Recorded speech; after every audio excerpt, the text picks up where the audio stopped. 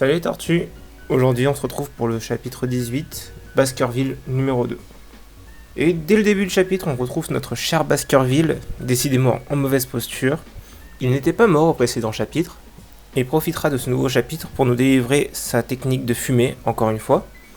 Malheureusement sa technique n'a pas d'effet face à son adversaire, et sera décapité par Chewing-Gum.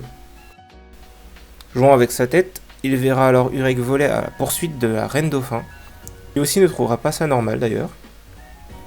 En parlant de la Reine Dauphin, après avoir laissé Evelyn et Lou faire leur deuil de Papy Sancho, RIP, elle finit par rentrer en contact avec Evelyn.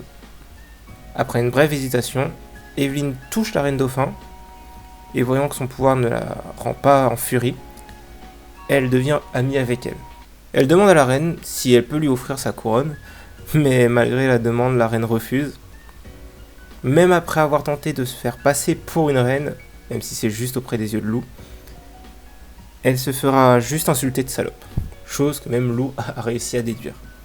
Evelyn décide alors de monter et rester sur la tête de la reine Dauphin et de se rendre jusqu'au trône.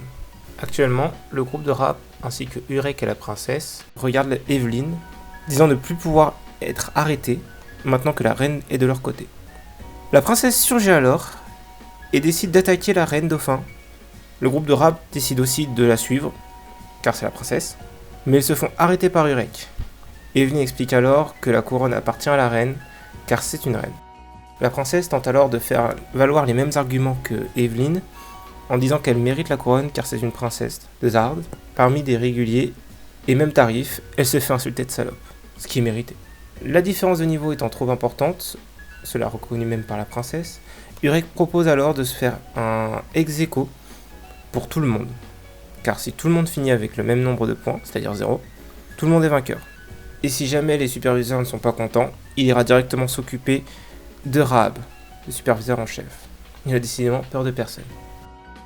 Chewing-Gum, qui observe la scène de plus loin, remarque alors Lou, qui ressemble aussi à l'ascète qui lui a échappé. Il nous fait alors un rapide résumé de toutes les choses qui ne vont pas sur cette scène, notamment Urek qui vole, la présence de la princesse de Zad, l'ascète qu'il ne connaît pas, et enfin la reine Dauphin devenue amie avec les réguliers. Il se pose alors différentes questions, que je vous affiche là, et décide alors qu'il doit éliminer les deux ascètes en priorité.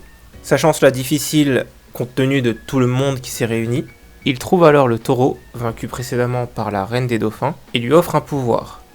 On peut le voir par la gemme apparue sur le front du taureau. Le taureau, remis sur pied, décide de tester son nouveau pouvoir directement sur son nouvel allié, mais se fait directement soumettre et remettre à sa place. On pourra voir dans le prochain chapitre le taureau tenter à nouveau de s'en prendre à la reine dauphin et aux réguliers, comme l'a planifié Chewing-Gum. Sur ce, c'est la fin de la vidéo. Je vous dis à plus. Salut les tortues.